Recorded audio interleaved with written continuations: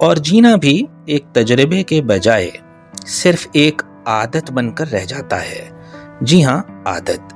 2 دن پہلے امیت ورما کا ایک بہت عمدہ مضمون میری نظر سے گزرا۔ اس کا عنوان تھا poetry is the opposite of cliché, یعنی شاعری کلیشے کا متضاد ہے، الٹ ہے۔ کلیشے کو انہوں نے خوبصورت طریقے سے ڈیفائن کیا، جو کہ اس کے اصل مطلب بھی ہیں، اور اس کا مطلب بنا کہ شاعری کلیشے کی ضد ہے، یعنی الٹ ہے۔ کلیشے یعنی وہ گھسے پٹے خیالات جو بار بار دہرائے جاتے ہیں، گھسے پٹے جملے، گھسے پٹے الفاظ اور ان کا مجموعہ۔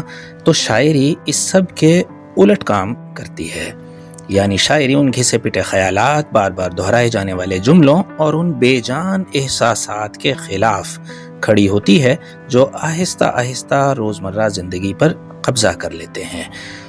یہ مضمون ایک دم آپ کو اپنی طرف کھینچے گا کہ آپ نے شاعری کو کبھی اس نظر سے دیکھا نہیں ہوگا، حالانکہ تمام شعراء اس عمل سے گزرتے ضرور ہیں، لیکن اس احساس کا تجزیہ کرنا یقیناً ایک مشکل بات ہے۔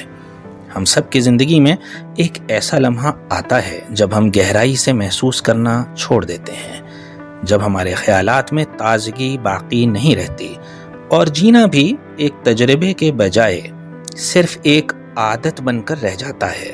جی ہاں، عادت۔ اور جیسے کہ ایبسرڈسٹ تھیٹر میں لوگوں نے کہا کہ habit deadens our senses, waiting for Godot کی لائن ہے کہ عادت ہمارے احساس کی قاتل ہے۔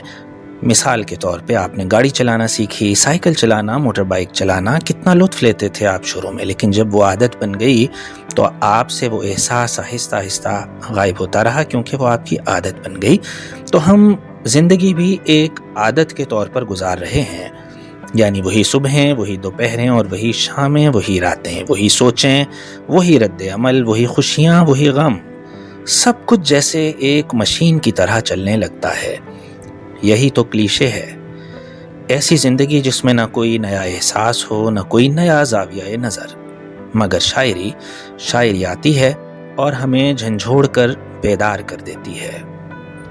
امیت ورما بتاتے ہیں کہ بعض شعروں کی چند سطریں انسان کے اندر دہائیوں تک زندہ رہ جاتی ہیں۔ ایک سادہ سا جملہ، ایک مصرع، ایک معمولی سا استعارہ یا ایک عام سا منظر۔ اردو شاعری میں مثال کے طور پہ، یہ مثال امیت ورما نے نہیں دی، میں اردو شاعری کے تناظر میں میر کا وہ زبان زد عام مقطع، میر ان نیم باز آنکھوں میں، چلیں آپ ان کہہ لیجئے، ساری مستی شراب کی سی ہے۔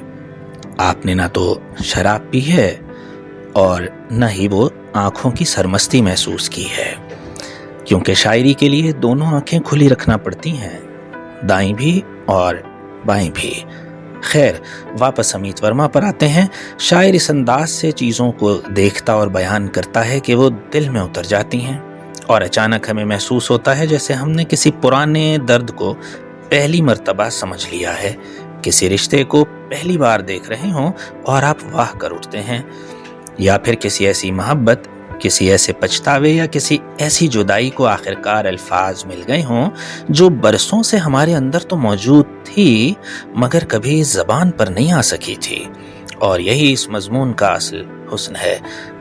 امیت ورما جن شعراء کی مثالیں دیتے ہیں اس میں فلپ لارکنز ہیں، سٹیوی اسمتھ ہیں، ڈبلیو ایس مرون ہیں، دلیپ چترے اور ٹونی ہیریسن۔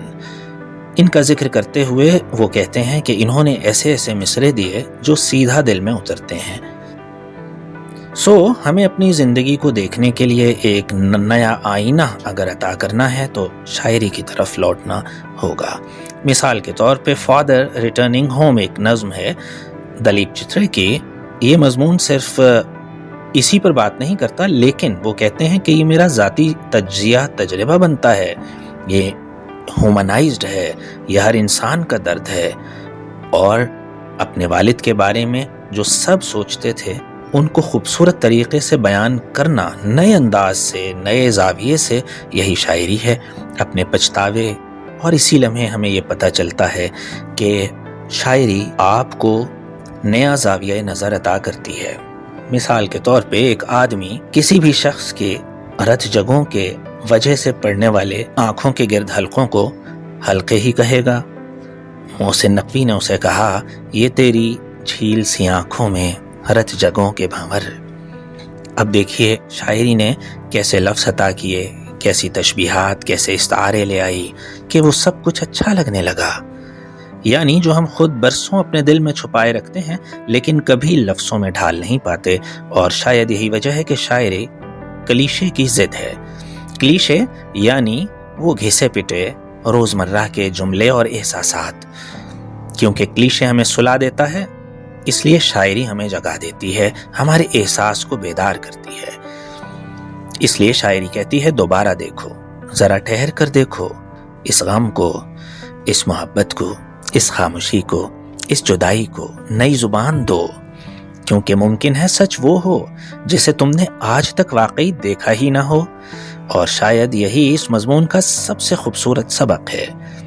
شاعری صرف زندگی کو خوبصورت بنانے کے لیے نہیں ہوتی، بلکہ زندگی کو سچائی کے ساتھ دیکھنے کے لیے ہوتی ہے۔ یہ ہمیں دیکھنے کا ایک نیا انداز دیتی ہے، محسوس کرنے کا شعور عطا کرتی ہے، اور کبھی کبھی یہ ہمارے اپنے دل تک واپس ہمیں لے آتی ہے۔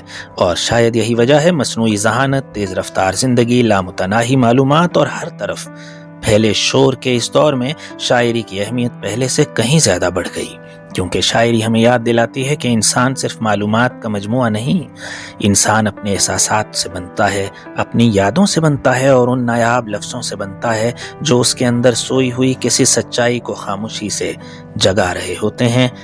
دوستو، آپ کمنٹ باکس میں شاعری کے بارے میں اپنے احساس کو ضرور درج کیجیے گا۔